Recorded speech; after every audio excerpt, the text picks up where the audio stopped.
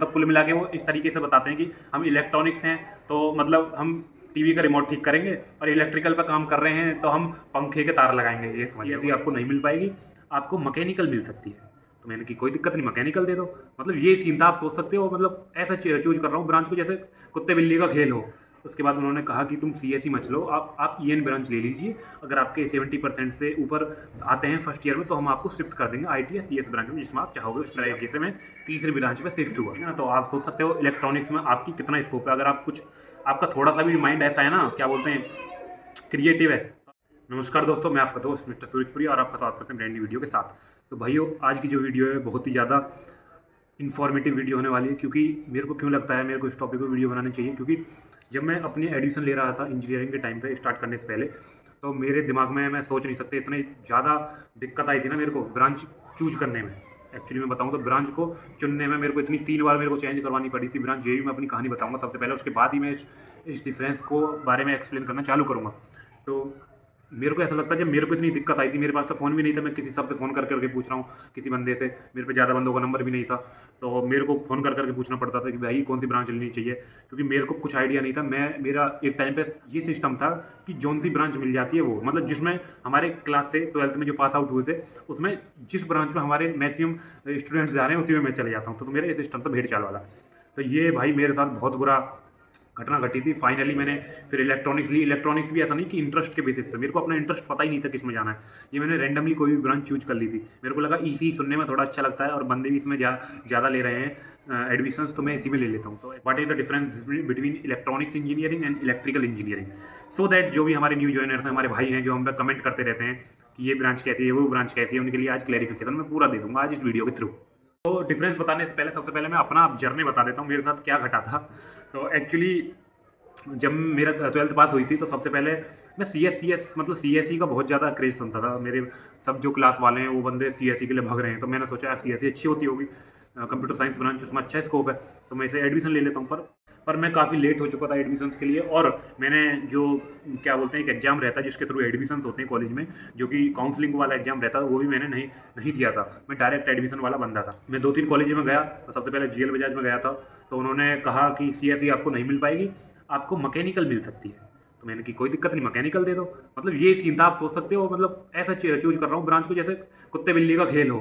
Branch को मैं ऐसा चुन रहा था कॉलेज में जैसे कुर्ता पजामा का कलर चूज कर रहा हूँ कि आज ये वाला कुर्ता पहन लेते हैं, आज ये वाले टी-शर्ट पहन लेते हैं, आज ये बनियान पहन लेते हैं। मतलब ये सिस्टम था मेरा, मतलब सोच सकते हो। तो जो GL बजाज कॉलेज है उसमें मैं बात करके आया था मैकेनिकल ब्रांच के लिए, और मैंने मन बना लिया था कि इसमें एडमिशन ले लेते हैं क्योंकि कॉलेज अच्छा है, मुझे ब्रांच से कोई मतलब नहीं है। आज की डेट में आप क्या करते हो, यूट्यूब पे जाके हमसे पूछ लेते हो, और भी बहुत सारे बंदे हैं जो यूट्यूब पे गाइडेंस प्रोवाइड कर रहे हैं, उनसे आप पूछ के अपनी राय बना लेते हो और आपको अच्छी गाइडेंस मिल जाती है। जब तक आप अपना क्लैरिफाई नहीं हो जाते आपको किस लाइन में जाना, आप नहीं एडमिशन लेते। बट मेरे पास ना तो फ़ोन था ना कंप्यूटर था उस टाइम पर। मैंने इंजीनियरिंग की बीटेक के फर्स्ट ईयर में आके मैंने फ़ोन लिया था। फाइनली अल्टीमेटली कुछ सर्कमस्टांसेस और ऐसे हुए कि मैं GL बजाज में एडमिशन नहीं ले सका।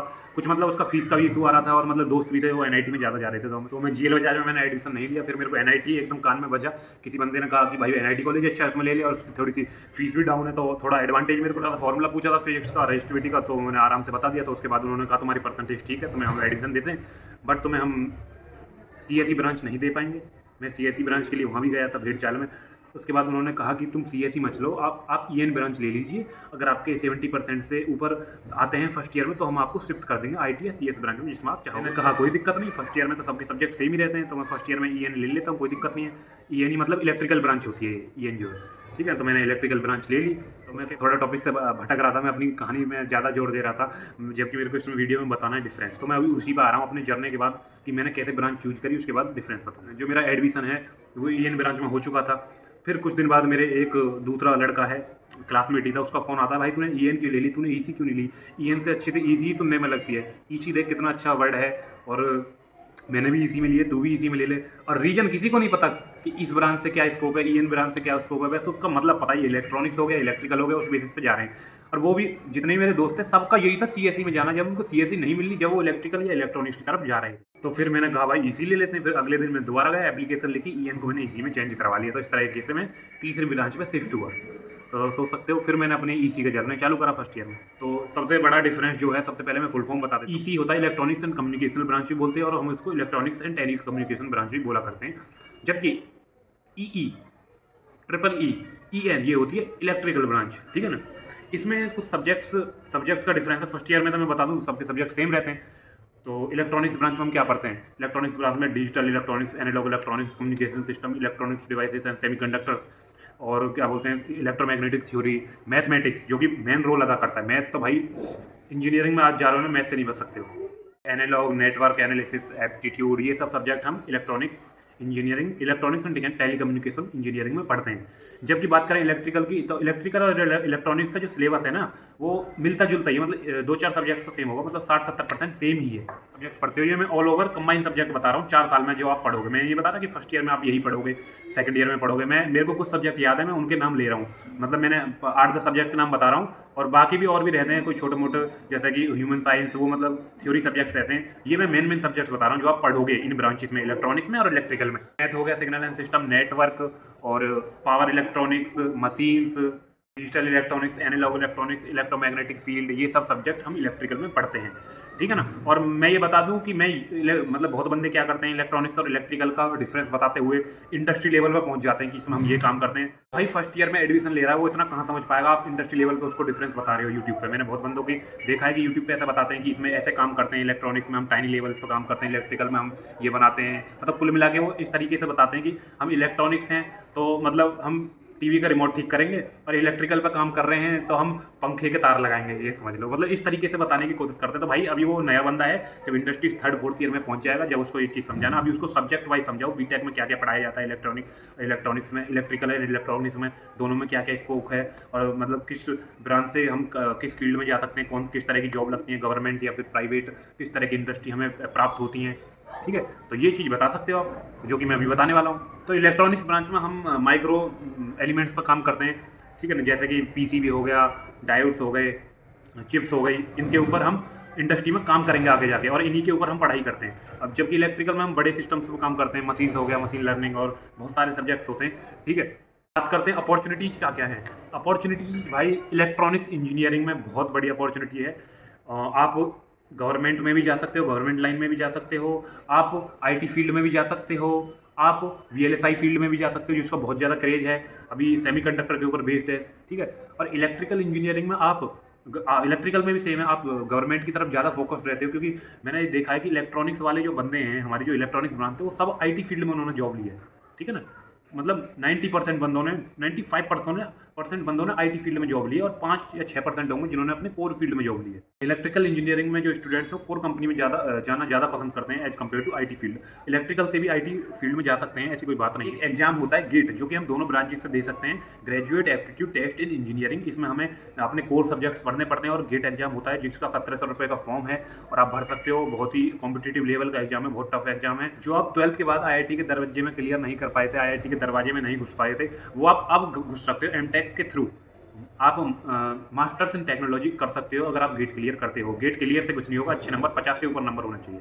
इलेक्ट्रॉनिक्स ब्रांच का गेट का पेपर मतलब थोड़ा टफ रहता है लेवल को, उसमें कॉन्सेप्चुअल क्वेश्चन रहते हैं। अगर इलेक्ट्रॉनिक्स ब्रांच में आप 40 से 50 नंबर भी पार कर लेते हो ना, तो आपकी बहुत अच्छी रैंक बन जाती है और कॉलेज बहुत अच्छा मिल जाता है। जबकि इलेक्ट्रिकल में बंदों के 70-70, 80-80 नंबर जाते हैं, जब जाके उनको आईआईटी में एडमिशन मिलता है। तो आप समझ सकते हो इलेक्ट्रॉनिक्स में बहुत अच्छे क्वेश्चन क्रिएट हो सकते हैं। कॉन्सेप्चुअल स्किल बहुत इंपॉर्टेंट वर्ड है। आपको 4 साल आधे घंटे ही पढ़ो रोज, पर अपनी स्किल पर वर्क करो।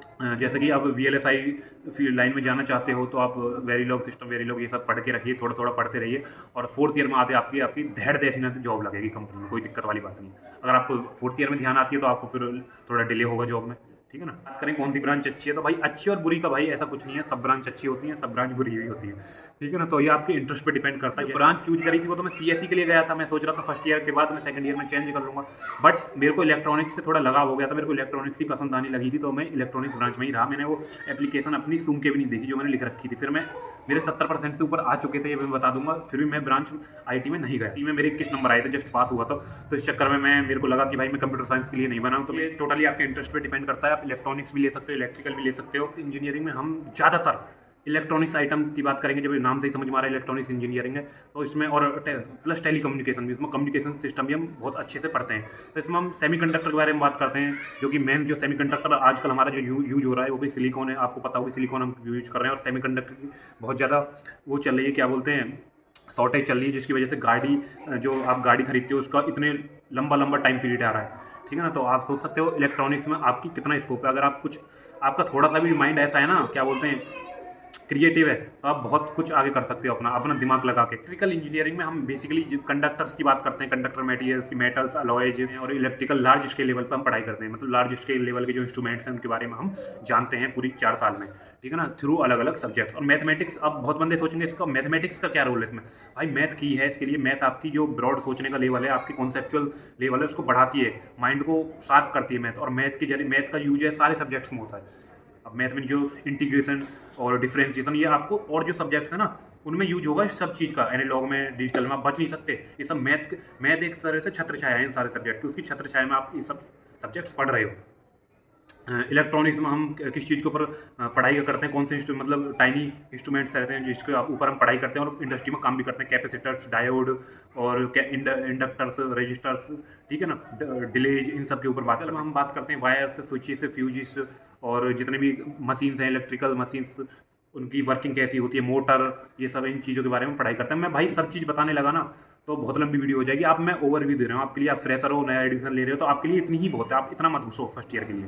वीडियो में इस पर्सपेक्टिव से बना रहा हूँ कि आप अगर एडमिशन ले रहे हो तो आपको थोड़ा सा आइडिया चाहिए। आपको अगर कुछ नहीं पता तो इलेक्ट्रॉनिक्स में क्या होता है, इलेक्ट्रिकल में क्या होता है, सीएससी में क्या होता है, शुरू में ही आपको ये तो नहीं है कि इंडस्ट्री में क्या काम होता है, इसमें हम सेमीकंडक्टर कैसे क्रिएट करते हैं, इसमें कौन सा तार कहाँ जाता है, इलेक्ट्रिकल में क्या काम करते हैं, इतनी नॉलेज की आपको जरूरत नहीं है। आप 4 साल में पढ़ोगे। अभी आपको केवल इतना चाहिए कि आपको ब्रांच चूज करने में मैं हेल्प करवा रहा हूँ कि आप कौन सी ब्रांच चूज करें, ठीक है ना। इलेक्ट्रॉनिक्स और इलेक्ट्रिकल में से आपको थोड़ा बहुत आपको आइडिया मिल जाए कि इसमें ये होता है, इसमें हम ये पढ़ते हैं, इसमें हम ये पढ़ते हैं, तो आपका इंटरेस्ट, आपको लगेगा कि हाँ भाई मैंने ये चीज़ पढ़ रखी है पहले 12th में और मेरा इसमें इंटरेस्ट है, तो आपको रिलेट करके उस ब्रांच में इजीली एडमिशन ले लीजिए। कुछ रह गया हो तो मेरे को बता देना, क्योंकि अब मेरे को जितना याद आ रहा है, मैं भी भाई इंसान हूँ, कितना मैं रिटेन कर पाऊंगा, ठीक है ना, सब चीज़ के बारे में। तो जितना मेरे को याद आया तो मैंने वीडियो में आपके परोस दिया।